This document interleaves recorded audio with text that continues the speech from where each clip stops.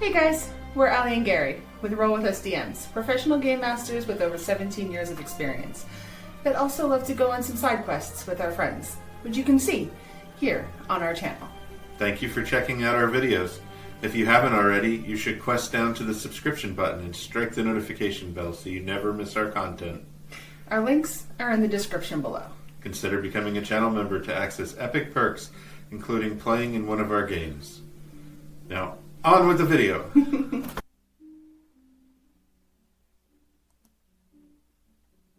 Random pop-up live here on Twitch and also going to YouTube as I take a short rest.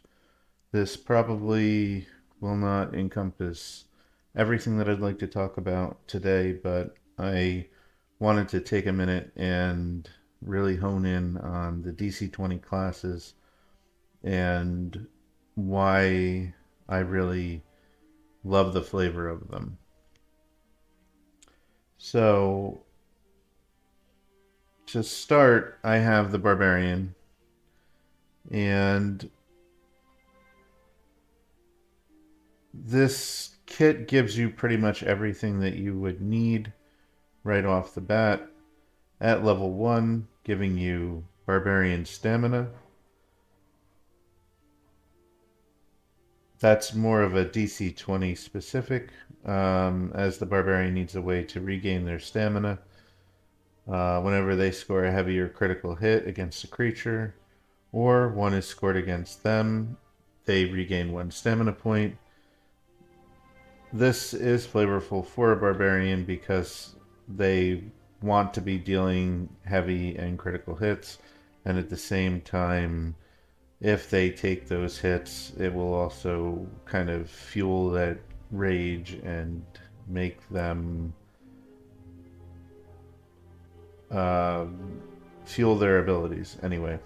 And the heavy and critical hits for DC20, just to explain, a heavy hit is 5 over a creature's armor class, critical hit being a 20 on the die. And then, of course, the Barbarian gets their quintessential ability, Rage, where they can spend 1 action point and 1 stamina point to enter Rage. It lasts for a minute. While they're raging, their physical defense is decreased by 5. This is actually offset, though, by an enhanced version of resistance, as you have resistance to elemental and physical damage, which is essentially what a Bear Totem Barbarian would get at level 3. In this system, the Barbarian is getting the equivalent of that Rage at level 1, with the cost of a defense, a decrease to their armor class of 5. You deal +1 damage on melee attacks, and you have advantage on might checks and saves. So this is kind of similar to the 5th edition Rage in a lot of ways, which I actually have pulled up here. You have advantage on strength checks and strength saving throws, so check, that is exactly the same. When you make a melee weapon attack using strength, you get a bonus to the damage. It increases as you gain Barbarian levels.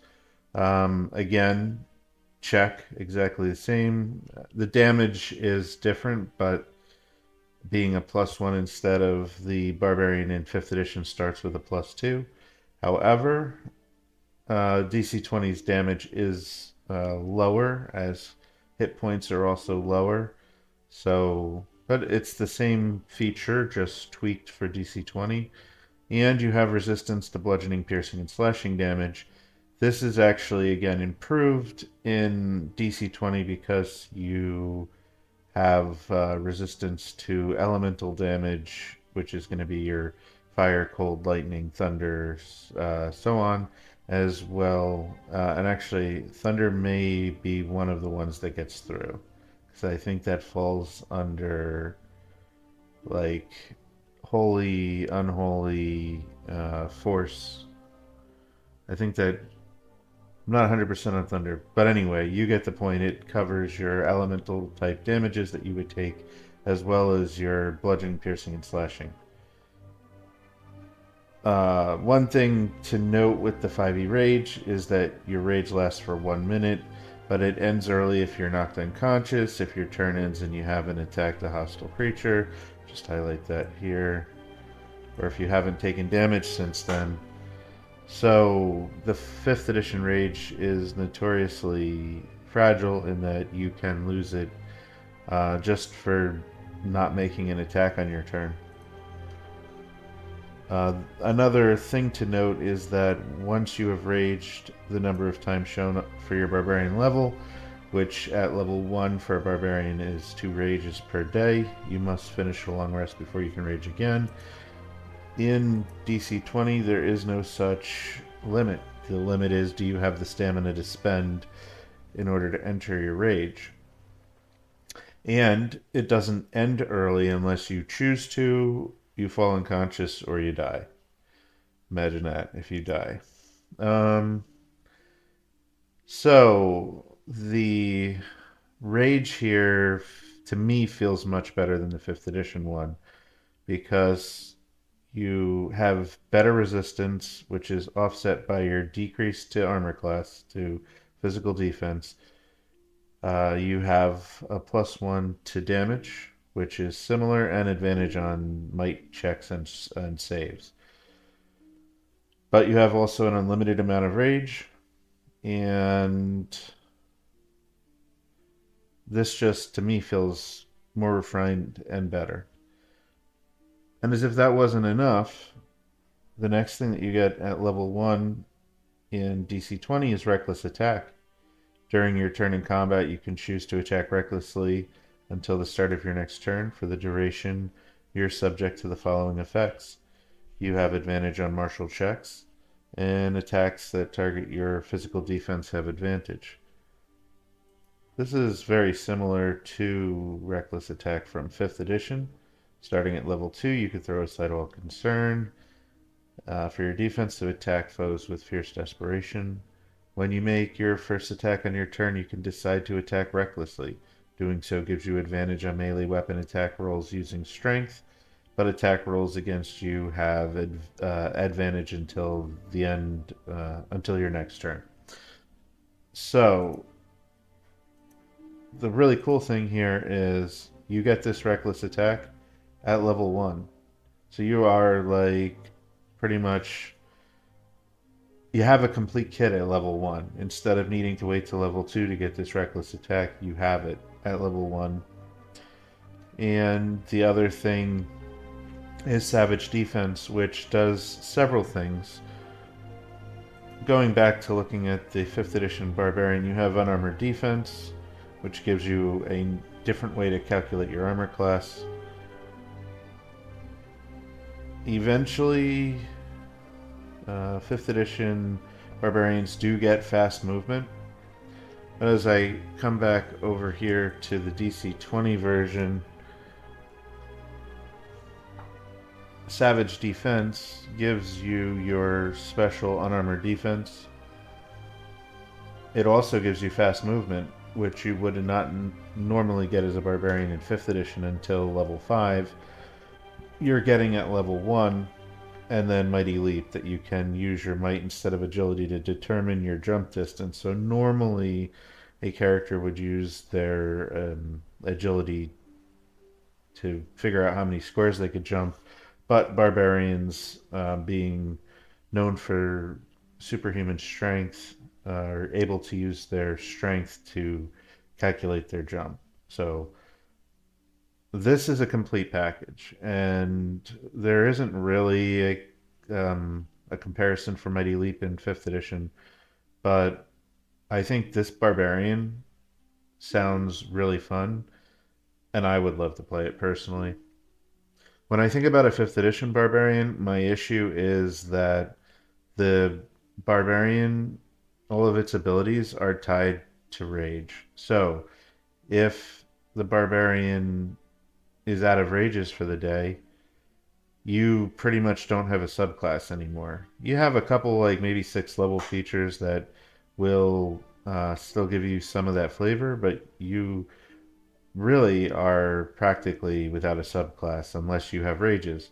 The rages only last for a minute. They're very fragile in 5th edition, very easy to lose if you don't attack, if you don't get hit for damage. It leads to the clunky, well, what if I just like stab myself for 1 damage or something so that I can keep my rage going? To which I've instituted at my tables the ability to spend a bonus action to maintain your rage, which is also an option in the upcoming 2024 Player's Handbook, I believe. However, I think this is great. This gives you as many rages as you need throughout the day, no limit. Reckless attack, you have that unarmored defense, unarmored movement, all rolled into the beginning. And just to take a quick look here at level 2, I haven't actually had anybody leveled to 2, but this battle cry sounds really cool too, where you can spend an action point and a stamina point and release a shout that kind of enhances your team. And again, you can picture that barbarian charging into battle with like a strength shout to add extra damage to all of your allies' attacks. Just so cool. So that pretty much ends the barbarian. Next, I wanted to talk about the bard. Um, The first thing with the Bard is font of inspiration. I have run for a Bard, and I can say this is really cool. This is essentially Bardic inspiration from 5th edition, which, interestingly enough, 5th edition has an ability that the Bard gets at 5th level called Font of Inspiration, which we have here at 1st level Font of Inspiration. It does work differently.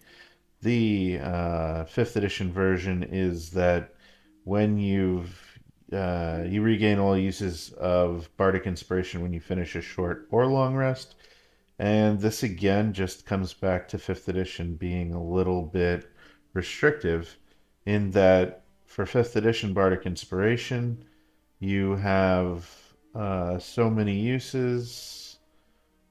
Let's see, you can use this feature a number of times equal to your charisma modifier, so at most 5, but at level 1, unless you are rolling for stats and get an 18, or you have another method for generating stats that would allow you to have an 18, and then add racial modifiers to have a 20, odds are you're probably not having 5 uses of Bardic Inspiration at level 1, maybe 3 or 4, and you have those 3 or 4 uses for the entire day, and once the day is over, you no longer can use this key feature of your class, Bardic Inspiration.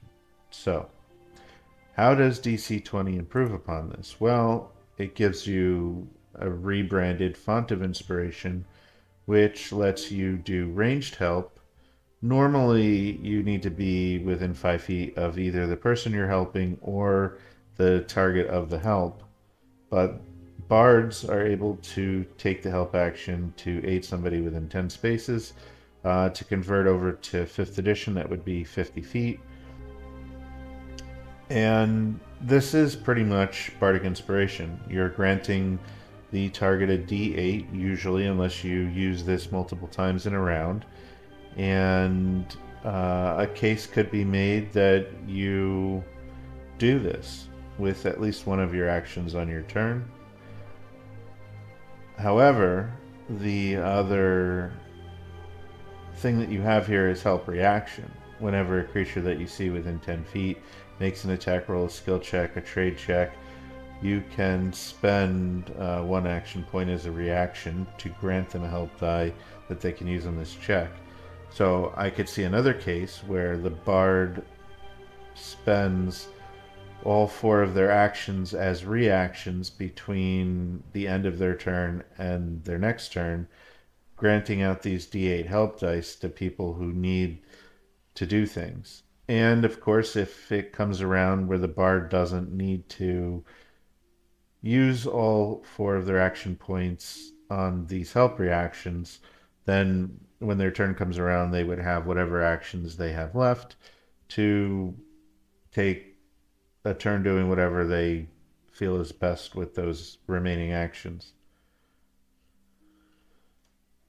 But I think being able to offer the Bardic Inspiration help dice in this case as a reaction is really cool, and being able to do it at ranged, it feels really good in the system, and it's pretty much an unlimited resource as long as you have action points to spend, which is your action economy, and you get it back at the end of every turn.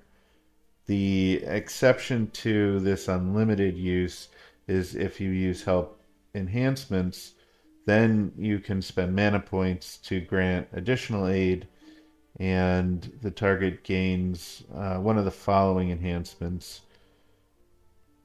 So you can make the help die last for 10 minutes instead of just like that one thing that they're doing, which is how the Bardic Inspiration works in 5th edition as it is currently.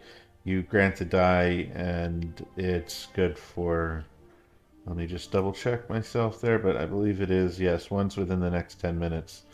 So pretty much you can make this Bardic Inspiration help die the equivalent of a 5th edition one by spending 1 mana point, although honestly it may not be needed for the most part unless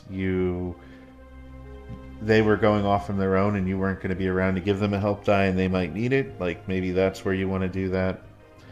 Save help, normally you can't use this Bardic Inspiration help die for saves, but if you spend a mana you can. Healing help is really cool because the target immediately regains 2 hit points or gains 2 temporary hit points. So if you wanted, you could spend 1 action point as a reaction on help reaction, and then spend a mana point to do healing help, healing them and granting them a d8 help die for the thing that they're trying to do. So this seems like a very good use for your mana points. And then damaging help. I mean, dealing 3 extra damage against the target is huge in DC20. That's the equivalent of a heavy hit with most weapons or a 2-handed attack with a heavier weapon. And as if this wasn't enough for the Bard, they also get Magical Performance, where they can spend an action point and a mana point to start a performance that lasts for a minute. This feels really flavorful to me, that the Bard can like start a performance, and then this performance will aid their allies. So there's Battle Ballad, where on each of their turns, one of your allies deals an extra 1 damage against the target of their choice on an attack that they make, or Fast Tempo, where your allies gain +1 movement space.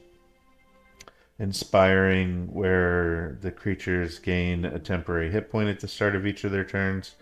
And again, 1 hit point is a lot in DC20. In fact, when you level up in the new alpha, which is should be out today, 0.6.1, you only gain 1 hit point every time you level up. So this is pretty big, getting a temporary hit point every turn.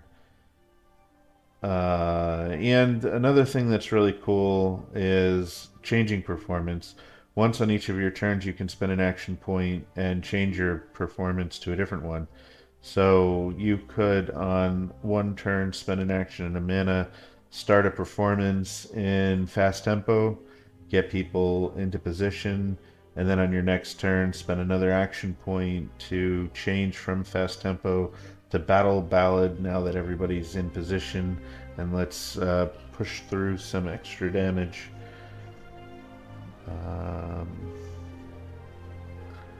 And Remarkable Repertoire, you learn 2 spells of your choice from any spell list.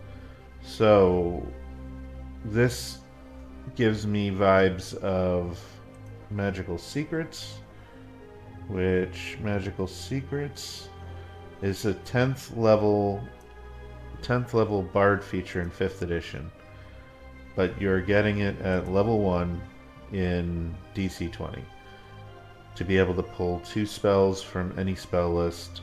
Very cool. So Magical Performance feels like something out of Pathfinder 2nd edition. I think it's great flavor. You get the unlimited use of Font of Inspiration to grant help dice, which is essentially comparable to Bardic Inspiration in 5th edition, but again, unlimited use, and then the ability to enhance those Bardic Inspiration help dice through spending mana, but it gives you interesting choices as to how and when to do those things. Which kind of leads me to one of my favorite things with DC20 is the choice. There's so many choices, and they all are impactful. So, looking at the Cleric. So I have the Cleric pulled up for 5th edition.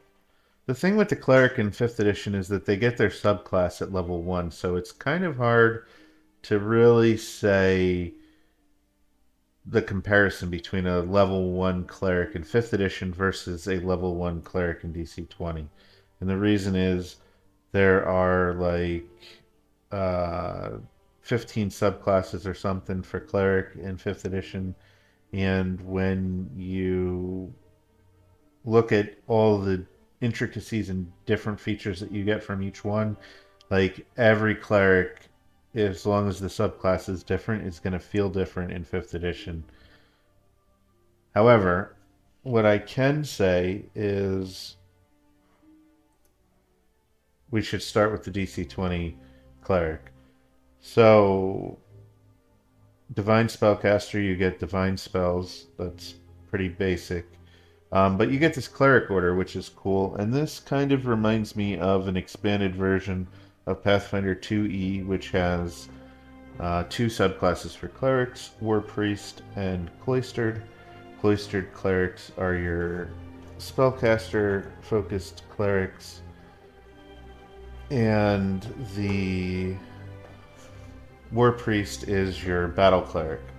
So, for DC20, you have 3 orders. They're not your subclasses because your subclass would come online in DC20 at level 3 regardless of your class. However, in DC20 they are still giving you this like Pathfinder 2E vibe of, do you want to be a protector? Where you gain mastery with heavy weapons, heavy shields, and heavy armor. So there's like your War Priest. Do you want to be a priest, where when you spend mana to cast spells that restore hit points to other creatures other than yourself, you regain a hit point? Again, emphasis on the importance of 1 hit point in DC20. And then Scribe, where you have advantage on all knowledge skill checks. Additionally, gaining 1 skill point to put into an intelligence skill of your choice. They're all very different, all very flavorful, and really helps you to customize your cleric and give it like personal flair. Next, though, we have Divine Prayer, and I've seen a cleric played in a game of mine, and I think this was also a really cool ability where you can spend an action point to say a prayer, petitioning your deity for their divine blessing. The key with this is that once during the next minute, you can apply the prayer benefit to a spell you cast. If your spell targets more than 1 creature, it only benefits 1 of the targets. So, essentially, you can spend an action at an action and a magic point, because they all cost a magic point, to start a prayer. And flavorfully, this is like so cool because you're practically praying to your deity for restoration, for destruction, for guidance. And then once during the next minute, you can like confer that benefit, which is like your God answering your prayers and giving the benefit of whatever the prayer was. So if it's prayer of restoration, the target of your spell regains 3 hit points. Prayer of destruction, the target of your spell takes 3 divine damage. Or prayer of guidance, the target of your spell gains a help die that they can add to a check of their choice before the end of their next turn. So again, I have to emphasize regaining 3 hit points is huge. The heal spell regains 3 hit points. This stacked on top of the heal spell can easily restore. Now I know I said 3, that's if you make the spell check to cast heal. If you don't, it does still give you 2. So a minimum of 5 hit points if you prayer of restoration and then heal. But you can also get up to like 6, 7, 8 hit points. I've seen, I think, as much as 9 on a critical success.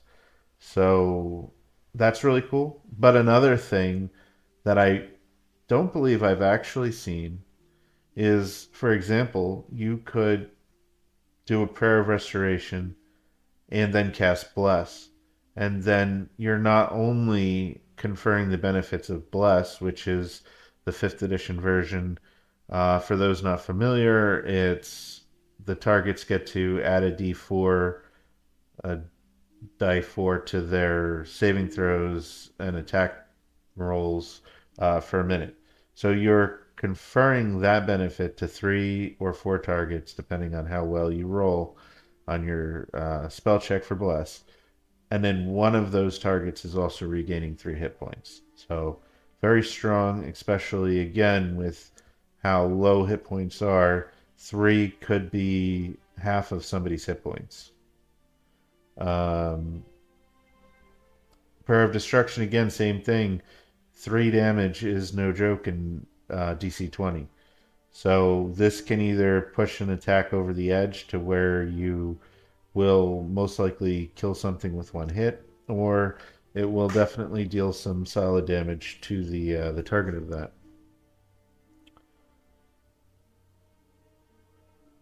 And then at level 2, as in 5th edition, DC20 Cleric gets Channel Divinity.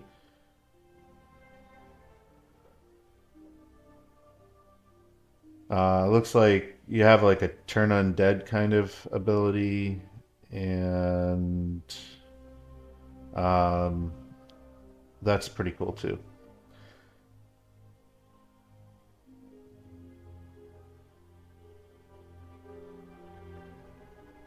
Next class is the Druid, and I have run a game for a Druid. They were a lot of fun from what I could tell. Druid Grove, really flavorful, really cool, where the Druid is literally using the land as a part of the battle by spending an action and a mana point to create a Druid Grove within 5 spaces, so within 25 feet. And it's 6 spaces along the ground or walls. Each space of the grove needs to be connected to each other. And you do make a spell check, DC 10. Usually that spell check is going to be D20 plus 4 at level 1 anyway. And this is going to allow you to either create on a success 6 grove spaces. If you fail, you only create 4. And if you succeed, each 5 that you succeed over, so if you get a 15, you get +2 growth spaces, so 8. If you got a 20 as a result, you would create 10 growth spaces, and so on. So, if eventually, if you did get like 25, it would be 12 growth spaces. And then the growth spaces do really cool things. It's difficult terrain for creatures of your choice, so it's going to control the battlefield in the way of like slowing things down getting to you, depending on how and where you place it. Interestingly, it does not impact your allies. Uh,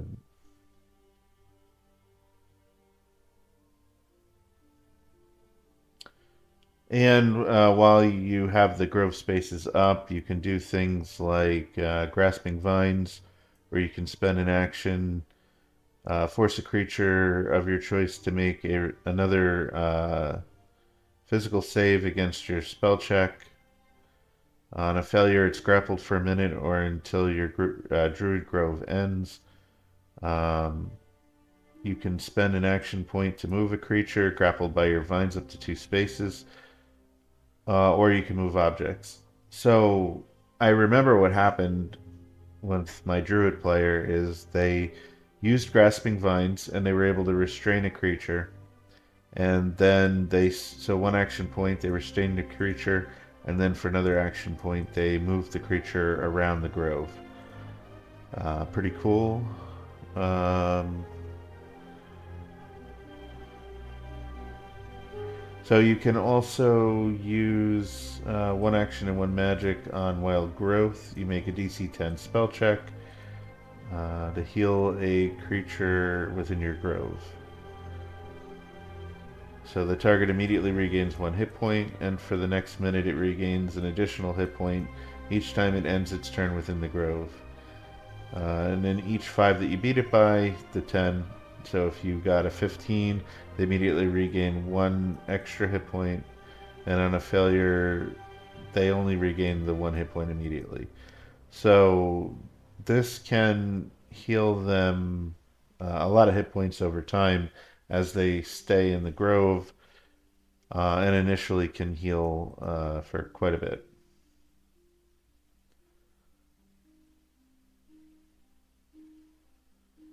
Some other grove enhancements that you can spend additional magic on to enhance it: Cure Sickness, Restrain, where you can use the Entangling Roots, Grasping Vines, and actually cause Restrained instead.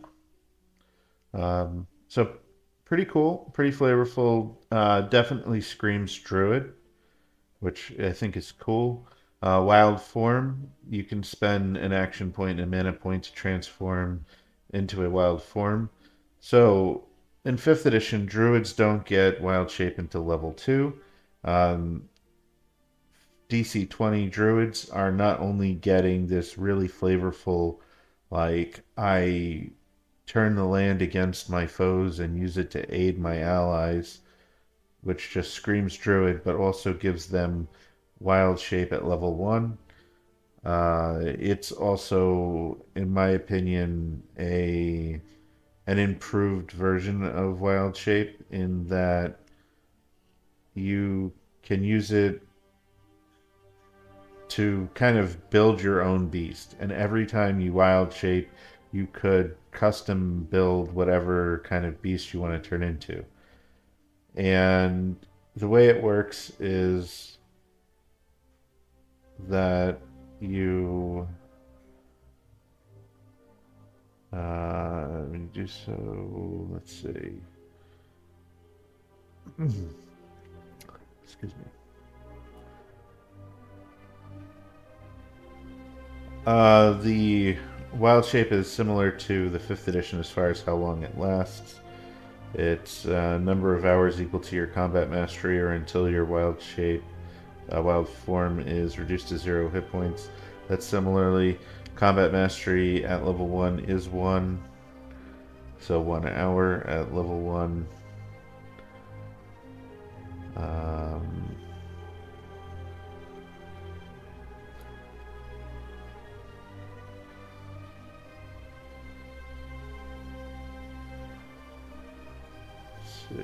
New traits. Okay. You gain the natural weapons beast trait and 2 trait points. That's right here. To spend on traits of your choice, you can choose from among beast traits or wild form traits. When you use this feature, you can spend additional magic points up to your mana spend limit to gain 2 additional trait points per mana spent. So the really cool thing here is that your mana spend limit at level 1 is 1 mana point per spell or ability. So you could only spend 1 mana on wild form at level 1.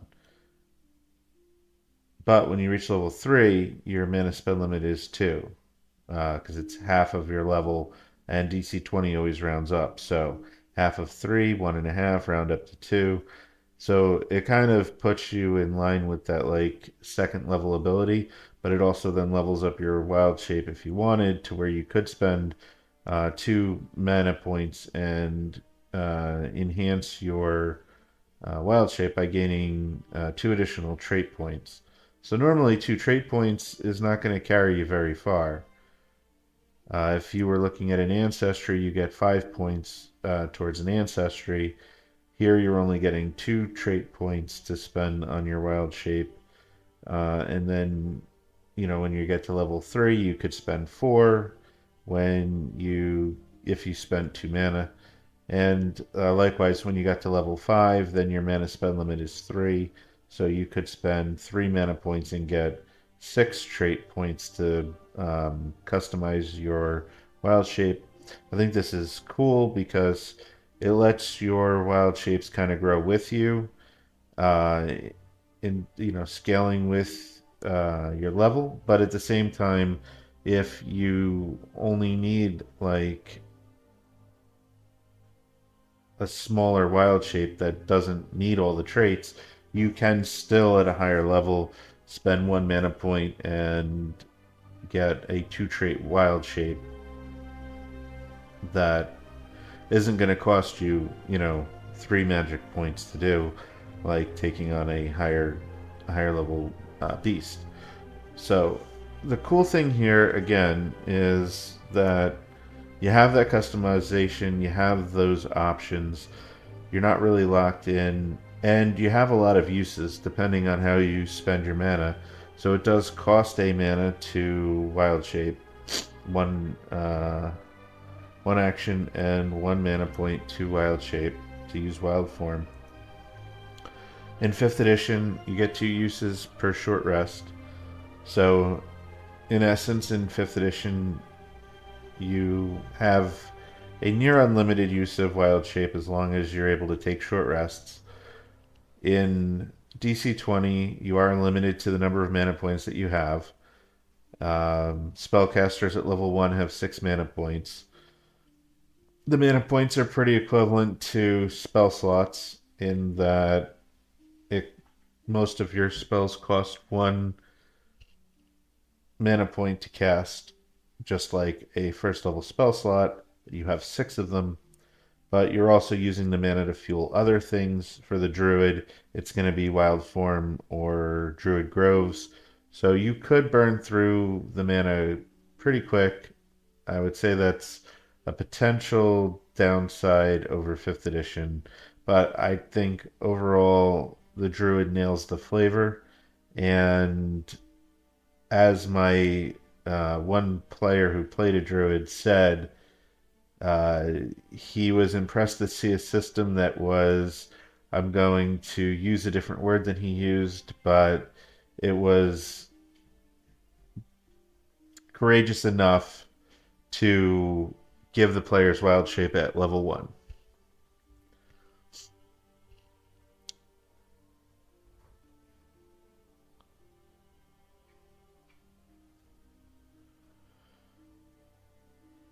All right. Looking at the fighter.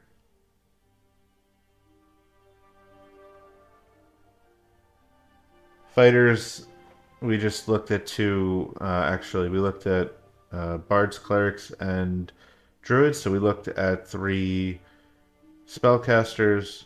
None of them have stamina. So we're back to a martial class with the fighter. Fighters having stamina need a way to regain it, and the way that the fighter regains it is whenever they perform one or more save or attack maneuvers as part of an action, provided that they don't spend SP stamina point as part of that action.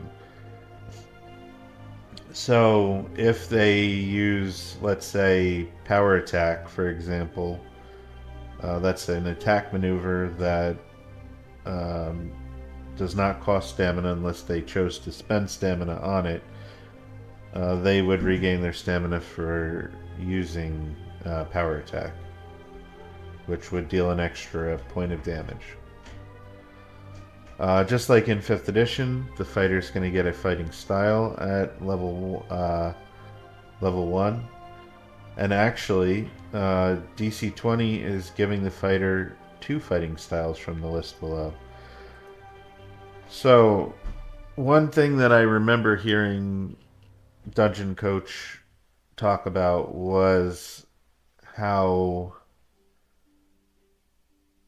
he wanted all marshals to feel like Battlemaster fighters. And through the attack maneuvers, weapon maneuvers, save maneuvers, grapple maneuvers, through all of these maneuvers that all the marshals have access to, they kind of have this Battlemaster feel. But I think at the same time, he wanted classes to feel really good on their own. And there is a subclass actually, a fighter that gets 2 fighting styles, and it's champion fighter, and they don't get that second fighting style until I think it's level 10. So giving a level 1 fighter 2 fighting styles right off the bat is super cool because it's not locking you into one play style. So, looking at the options, there's archery, which is the same as the 5th edition archery, +2 bonus to ranged attacks with ranged weapons. Very solid. Defense, +1 bonus to physical defense and mental defense. This is also solid, and both of these so far are a copy from the 5th edition versions. Dueling. When a creature within your melee range misses you with a melee attack, you can spend an action point as a reaction to make a melee attack using a one-handed weapon you are wielding against the attacking creature. You can't make this bonus attack if you're wielding more than one weapon when you're attacked. So this is actually really cool. And dueling in 5th edition is +2 to damage. But I really like the flavor of this even more so. And if you can't tell, I haven't really actually looked at the fighter too much. So I'm kind of like looking at this with you guys as a first time reaction. Getting my first time reactions. So the ability to capitalize on somebody who misses you with an attack and spend an action as a reaction to make an attack against them is so cool. Like if I was only wielding one weapon, this is something I would absolutely consider for the flavor, for the ability to make extra attacks. Just so cool. Great weapon fighting. Here's where you deal the extra damage. 2 extra damage when you score a brutal or critical hit using a 2-handed melee weapon or a versatile weapon wielded with 2 hands.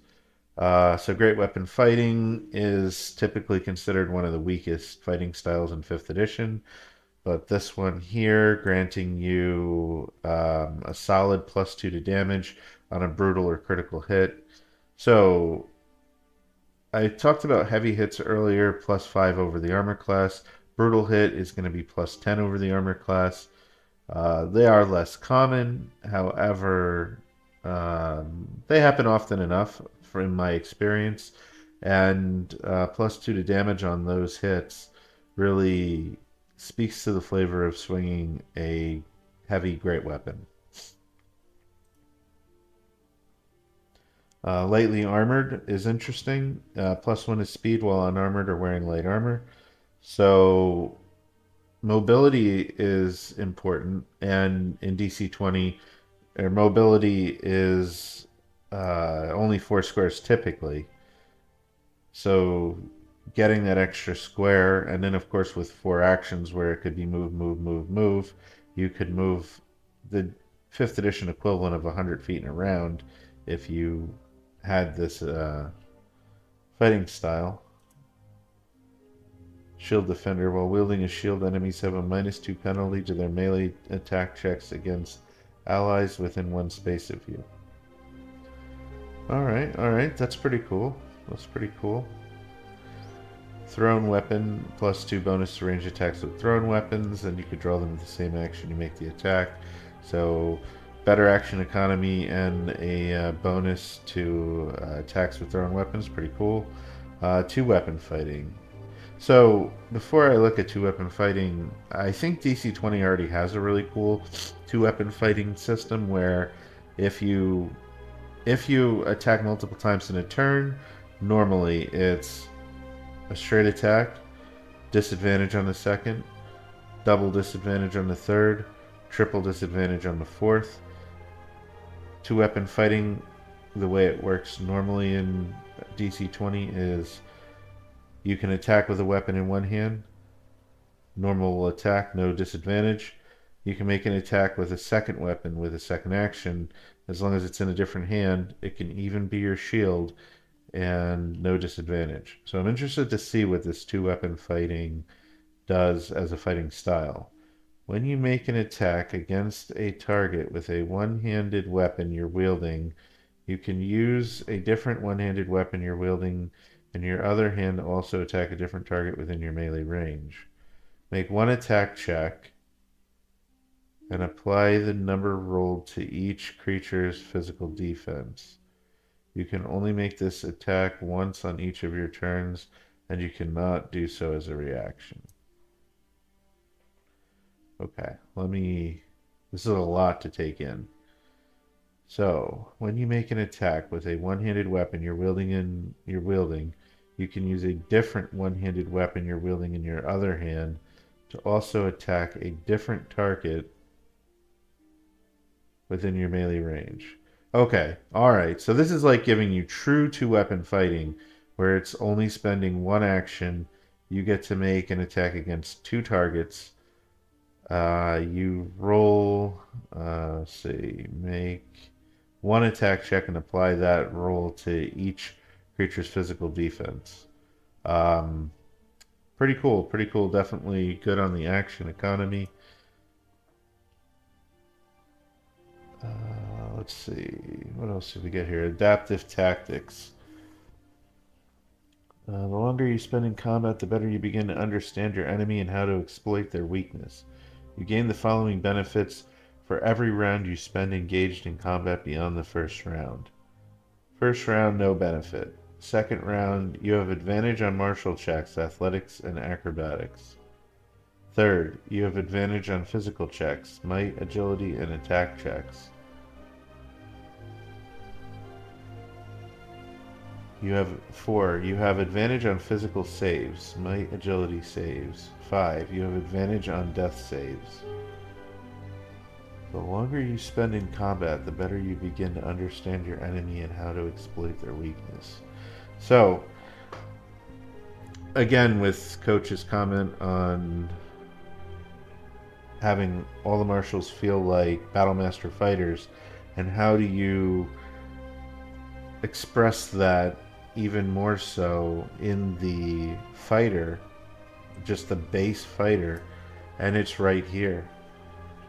Battlemaster fighters get something similar to this. I think it's at level 7, but this is allowing them to tactically assess the battlefield as the fight goes on, and get better and better at combat as the fight goes on, where the Battlemaster fighter in 5th edition needs to spend like a minute or so outside of combat to assess and stuff.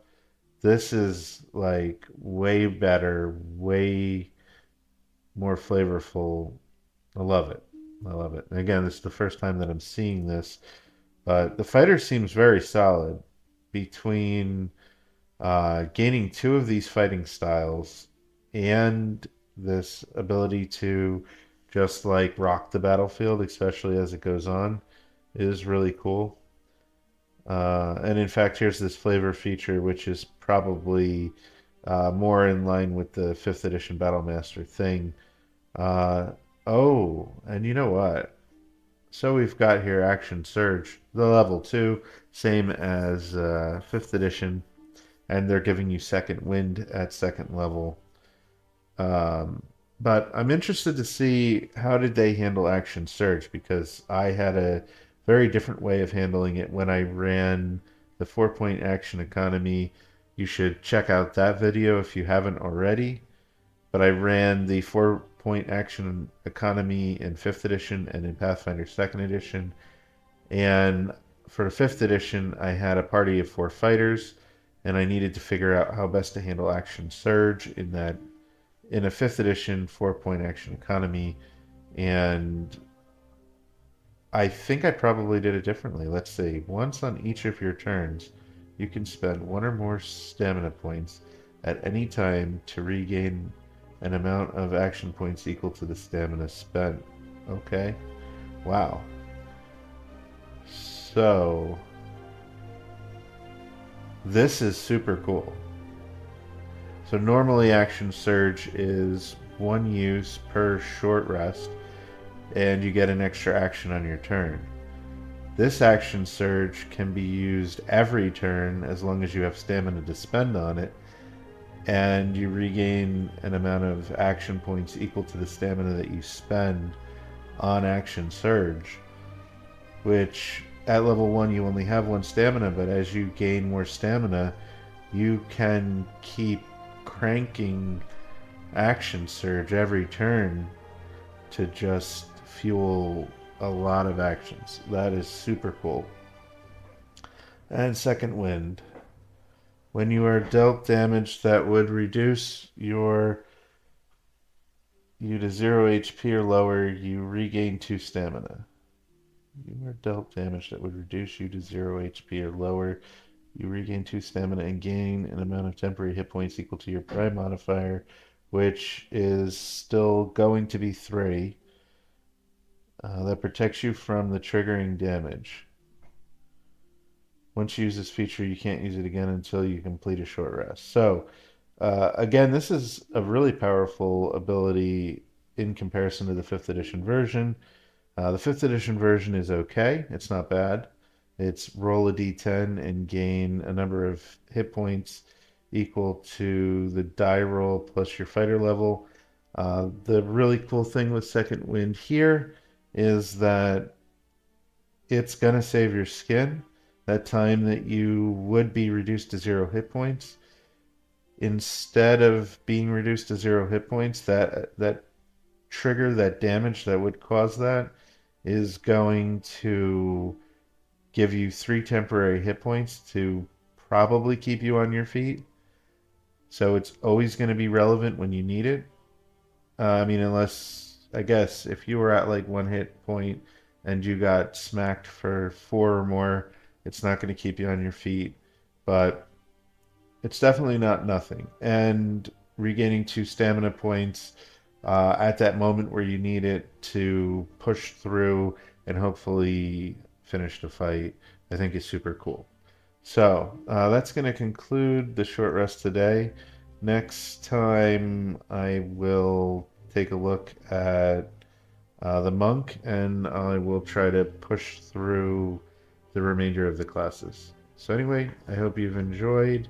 To anybody watching on Twitch, I'm sorry I didn't have my chat window up, so I couldn't take comments, but if you are catching this live, I hope that you enjoyed learning about the classes in DC20. And I'll catch you all next time. Oh, definitely, if you haven't already, top of the screen, DC20 created by the dungeoncoach.com. Go there, check it out, check out the alpha. The Kickstarter is coming the beginning of beginning of June, and the beta launches with the Kickstarter. So definitely, DC20, great game, created by the Dungeon Coach. I fully endorse it. Thank you for watching. If you enjoyed the content that you just saw, consider joining one of our games at startplaying.gaming/roll with us DMs.